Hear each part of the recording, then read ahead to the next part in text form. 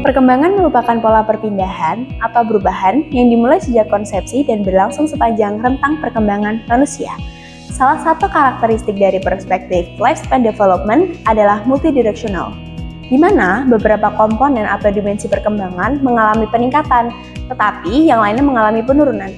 Dalam rentang perkembangan manusia, terdapat dua macam proses, yaitu percapaian atau yang disebut dengan gain, serta pelepasan atau loss. Dalam perkembangan manusia meliputi periode prenatal, infansi atau masa bayi, masa kanak-kanak awal, masa kanak-kanak tengah dan akhir, masa remaja, masa dewasa awal, dewasa tengah, dan juga dewasa akhir.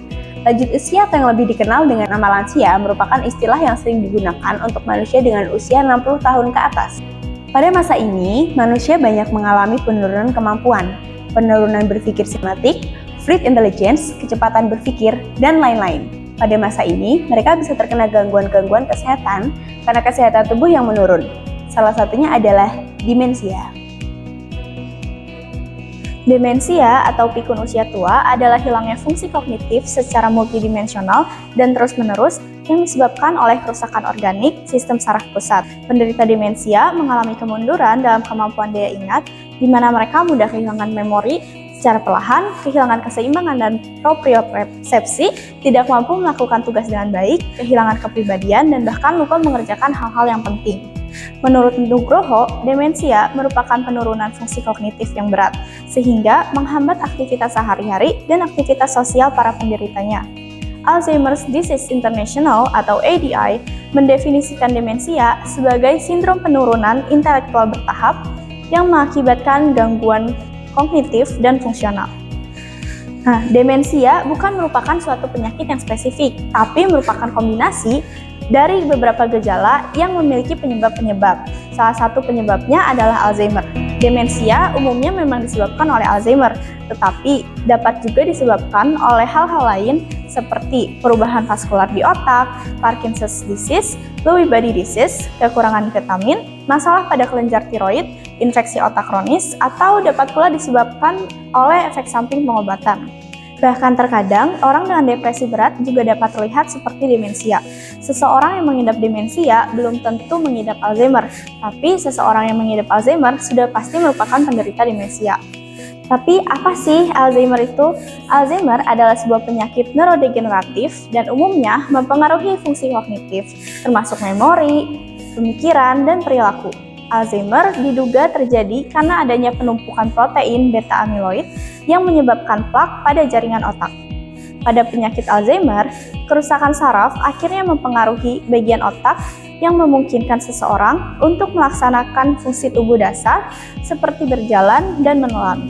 Hingga pada akhirnya, penderita dapat mengalami kematian setelah beberapa tahun kemudian karena kemampuan motoriknya yang sudah tidak berfungsi.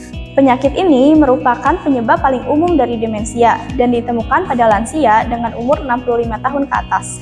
Alzheimer dinamakan sesuai dengan nama Dr. Alois Alzheimer yang pertama kali menggambarkan penyakit Alzheimer pada tahun 1906 dan hingga sekarang Alzheimer masih menjadi salah satu penyakit yang paling ditakutkan oleh masyarakat. Alzheimer tentunya memiliki beberapa penyebab. Yang pertama adalah penumpukan protein secara tidak normal pada sel otak. Meskipun tidak diketahui secara pasti apa yang menyebabkan hal ini terjadi, namun para ilmuwan menemukan bahwa proses ini bisa terjadi bahkan jauh bertahun-tahun sebelum gejala pertama muncul. Proses ini dapat menyebabkan penyusutan pada otak. Yang kedua adalah usia. Usia merupakan salah satu faktor penting pada penderita Alzheimer. Kemungkinan seseorang untuk menderita Alzheimer akan meningkat 5 kali lipat setelah menginjak usia 65 tahun. Tapi Alzheimer tidak hanya menyerang lansia. Hal ini dikarenakan sekitar 1 dari 20 orang dengan Alzheimer adalah mereka yang berusia 65 tahun. Yang ketiga, genetik. Mereka yang memiliki orang tua, kakak, atau adik dengan Alzheimer memiliki kemungkinan yang lebih besar untuk menderita penyakit ini juga. Yang keempat adalah faktor lainnya seperti luka berat pada kepala, kesehatan jantung, bahkan hal-hal yang kita anggap sepele seperti rasa kesepian maupun depresi pada lansia juga dapat meningkatkan risiko terkena Alzheimer. Penyakit Alzheimer tidak muncul begitu saja pada penderitanya. Ia cenderung datang dan berkembang secara perlahan hingga kemudian memburuk di tahun-tahun berikutnya. Perkembangan penyakit Alzheimer terbagi menjadi 7 tahapan. Tahap yang pertama biasa disebut dengan gejala tak nampak atau biasa juga disebut dengan masa praklinis. Pada tahap ini, gejala hanya dapat diidentifikasi melalui uji klinis MMSI atau Mini Mental State Examination. Pada tahap ini, gejala Alzheimer jarang terdeteksi Meski begitu, penyakit Alzheimer sebenarnya sudah terjadi pada diri kita, walaupun gejalanya masih belum muncul. Lalu untuk tahap kedua, yaitu penurunan fungsi otak. Gejalanya dimulai dari munculnya gangguan memori yang sangat ringan, seperti lupa menaruh barang atau hal-hal sepele lainnya. Gangguan memori ini masih sangat sulit dibedakan dengan gangguan memori biasa yang dialami oleh orang normal. Maka dari itu, Alzheimer masih sulit dideteksi pada tahap ini. Tahap yang ketiga, yaitu penurunan fungsi otak ringan. Masalah kognitif yang dialami pengidap Alzheimer pada tahap ini memiliki gejala seperti sulit menemukan kata yang pas saat melakukan percakapan dan mengingat nama orang baru. Selain itu, pengidap tidak dapat mengorganisir atau merencanakan sesuatu dengan baik. Tahap keempat, yaitu penurunan fungsi otak sedang. Pada tahap ini, gejala terlihat semakin jelas. Pengidapnya mulai kesulitan menghitung hingga membuatnya kesulitan mengelola keuangan. Pengidap juga memiliki ingatan jangka pendek yang buruk, seperti tidak ingat apa yang telah dikonsumsi. Tahap kelima adalah penurunan fungsi otak yang cukup parah. Pada tahap ini, pengidap Alzheimer mulai membutuhkan bantuan dalam menjalankan kegiatan sehari-hari.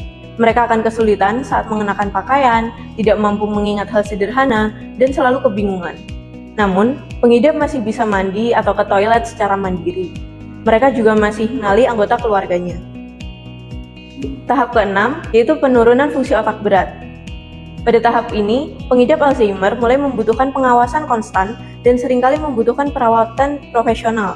Gejalanya meliputi tidak mampu mengenali wajah kecuali teman dan kerabat terdekat, kebingungan atau ketidaksadaran lingkungan, melupakan sebagian besar detail sejarah hidupnya, perubahan kepribadian, hingga tidak dapat melakukan rutinitas harian seperti mandi dan pergi ke toilet.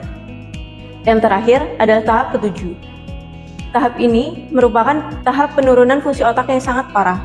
Pada tahap ini, pengidap Alzheimer kehilangan kemampuan untuk berkomunikasi atau menanggapi lingkungan sekitar. Meski masih dapat mengucapkan beberapa kata, kebanyakan pengidap tidak memiliki wawasan tentang kondisinya. Pengidap Alzheimer pada tahap ini sangat perlu bantuan dalam kegiatan sehari-hari. Penyakit Alzheimer memiliki dampak yang signifikan terhadap beberapa bidang di kehidupan bermasyarakat. Penyakit Alzheimer dapat mengakibatkan pergeseran peran keluarga. Anggota keluarga mungkin harus mengadaptasikan diri untuk merawat orang yang terkena penyakit ini, yang dapat mengubah dinamika keluarga dan tradisi keluarga. Lalu, individu yang mengalami Alzheimer mungkin kehilangan pemahaman tentang warisan budaya mereka dan tradisi keluarga, mengurangi partisipasi dalam praktik budaya yang sebelumnya penting bagi mereka. Bagi masyarakat Indonesia, hal ini tentunya merupakan masalah yang sangat besar. Dampak secara ekonomi. Perawatan individu dengan Alzheimer dapat memerlukan biaya yang sangat tinggi, termasuk perawatan medis, obat-obatan, dan mungkin perawatan jangka panjang di fasilitas yang khusus. Sebuah studi dilakukan untuk mengkomparasi biaya kesehatan dari pasien Alzheimer, dan hasil studi tersebut menemukan Alzheimer meningkatkan sebanyak 11% dari biaya kesehatan rata-rata, sekitar 17.000 US dollar, 11% dari 17.000 USD, sekitar 26 juta rupiah. Hal ini dapat memberikan tekanan ekonomi pada keluarga dan sistem perawatan kesehatan. Lalu, bagaimana sih cara kita agar terhindar dari Alzheimer? Alzheimer bukanlah penyakit yang disebabkan oleh satu organisme seperti bakteri atau virus, namun berakar dari diri kita sendiri. Sehingga untuk mencegah Alzheimer, langkah krusial yang harus kita ambil adalah langkah untuk membuat gaya hidup yang sehat. Gaya hidup yang sehat dapat meliputi 1. Olahraga rutin. Berolahraga selain dapat menjaga kekuatan otot kita, juga menguatkan otak kita terhadap gangguan-gangguan. Bahkan, sebuah studi menunjukkan dengan melakukan olahraga rutin sebanyak 150 menit per minggu dengan intensitas olahraga medium, dapat menurunkan resiko Alzheimer hingga 50%. Yang kedua, jaga asupan makan. Hindari makanan berlemak dan berkolesterol tinggi. Sebaliknya, perbanyak mengkonsumsi buah-buahan dan sayur yang kaya akan serat dan vitamin. Vitamin dan mineral di dalamnya mampu menjaga fungsi saraf-saraf di bagian otak. Yang ketiga, tidur yang cukup. Tubuh menghasilkan lebih banyak beta amiloid, sejenis protein yang berguna untuk pembentukan memori saat tidur. Adapun poin penting lainnya dalam menjaga kesehatan kognitif, yaitu dengan melakukan aktivitas sosial. Banyak studi telah membuktikan bahwa para lansia yang rutin beraktivitas sosial, yang rutin bergembira, rutin tersenyum, yang rutin melakukan aktivitas kesukaannya, dan sering menstimulasi otaknya, dapat menurunkan resiko demensia dan Alzheimer. Alzheimer memang terkesan rumit dan menyusahkan. Namun, bukan berarti kita boleh menelantarkan lansia yang terkena Alzheimer. Jika memiliki teman atau anggota keluarga yang mengidap Alzheimer, ada beberapa hal yang harus kita lakukan. Contohnya, kita harus ikut serta merawatnya, membantu penderita untuk melakukan aktivitasnya, memegang tangannya ketika berjalan. Selain itu, kita juga sebaiknya menghabiskan banyak waktu dengan pengidap, mengajaknya berbicara, menunjukkan kenangan melalui foto dan video, mencoba menghidupkan kembali memori-memori lamanya. Dalam merawat pasien Alzheimer, kita juga harus memiliki kesabaran dan ketabahan. Tidak jarang, mereka menunjukkan agresivitas, hostilitas, perilaku serta emosi yang menyerupai anak umur 10 tahun. Kita tidak boleh memaksa dan bersikap kasar, melainkan membuat suasana yang aman dan nyaman bagi penderita. Melalui video edukasi ini, kami berharap dapat membantu kita semua memahami lebih dalam mengenai demensia Alzheimer. Sebarkan video ini agar orang lain mendapatkan manfaatnya. Mungkin tidak banyak, but if we wish we can do it. Sekian dari kami. Kita ucapkan terima kasih. Jadi sampai jumpa di lain waktu. Dadah. Bye.